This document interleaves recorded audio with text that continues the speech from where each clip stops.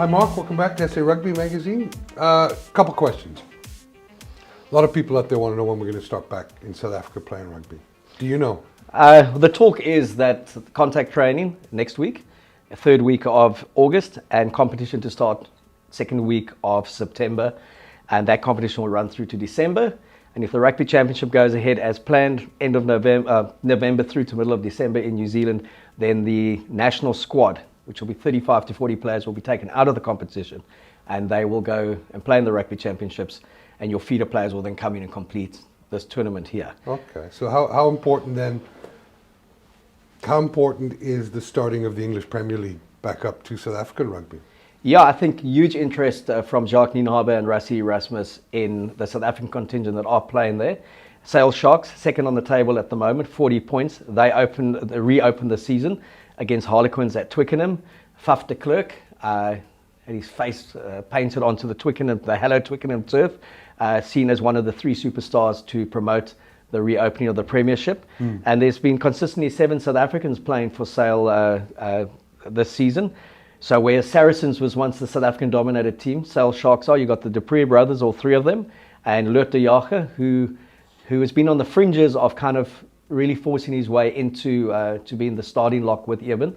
And obviously Faf is there. John Ross has been playing good rugby. He played for the Bulls, played for Stade Francais, and he's captained the Sale on occasion as well. But I think the big one there are the two de Preez brothers up front, and then Robert de Preez as well at 10. All 3 were in the mix when Rassie Erasmus first took over. I think all 3 suffered because of their dad coaching the Sharks and the things that went on there. All 3 definitely good enough to be part of a Springbok setup moving forward in the next 3 years. I still think Robert de Preez, untapped talent, could do well at Test rugby, especially if you were looking at moving a Pollard to 12 and bringing a de Preez in at 10.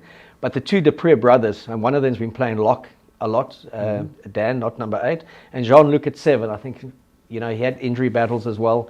So a lot of interest then. They'll have that month head start on the South African players, and World Rugby and the clubs have agreed that because of the extraordinary circumstances this year, any internationals that are played, like the Rugby Championship, the ending of the Six Nations, which is 31st of October, and the start of a new tournament, these players have to be released if picked by their national squad. So Rassie has that option of the South African players playing in the UK, and then when the French guys have already started up, I know some of the teams have gone into quarantine again because Stade Francais had 25 guys tested positive, but those competitions are set to start, one in September and this one again on Friday. So yeah, big interest in the Sale against Harlequins, 2 plays 4, but more from my side is how do the South African players go in the next month, and don't be surprised to see a good 5 to 10 of them in any squad that Rassie takes and Jacques takes to New Zealand. Thanks for that, Mark. Now, you know that I have an audience that does like to have a bet every once in a while. Is there anything in the upcoming Premier League, or has there been changes that they should be wary of? I mean, for example, we know that Saracens have always been a powerhouse, but they've been relegated, and what's happened to their players?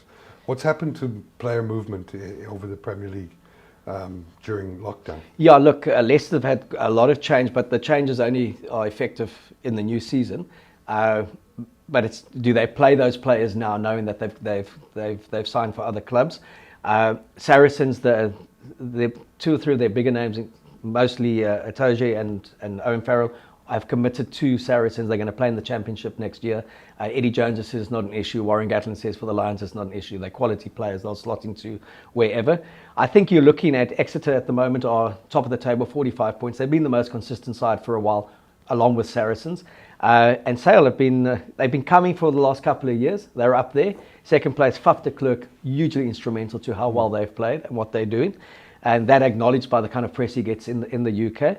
Harlequins, handing in their 4th kind of team that could get to the playoffs. And I still think, though, you're looking probably at a Sale and an Exeter to compete in a final in the next couple of months.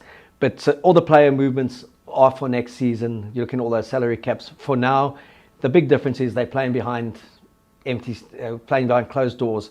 So minimal crowd attendance in terms of just support staff and that.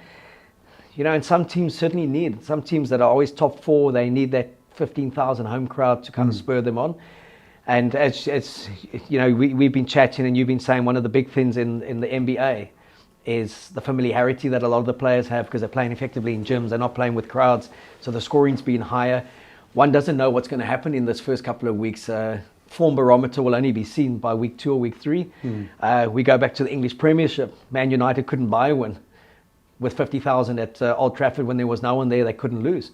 So maybe their key is not to play in front of crowds. So I think that would be the biggest thing. How are these players going to adapt to not having that kind of added adrenaline that the crowd brings? And if you look at the difference between Australian Super Rugby competition and New Zealand, yes, the skill level is better with the New Zealand players, but the intensity for me, 50-60% of that is provided because of the crowd. And you look, one has got soul and one is pretty soulless. So I'm expecting it to be fairly soulless, the rugby. But again, can those South African players get through, impress Jacques and Rassie enough? And I still see Sale and Exeter being the 2 teams that will still lead the show in the last 2 months. Well, thanks for that, Mark. It should be. I will be betting on the rugby on the weekend, but the teams haven't been released yet, so we'll cut a video tomorrow and try and do some handicapping on that. Yeah, and I just want to say congratulations on the Betway investment into Moneyman Show and on your NBA streak. What's at 11? Yeah, 11. Thanks, Mark. It's actually, going back to last year, it's 15, but I mean, I live in the now, so it's 11. It's pretty good. Pretty cool. Thanks, Mark, for coming.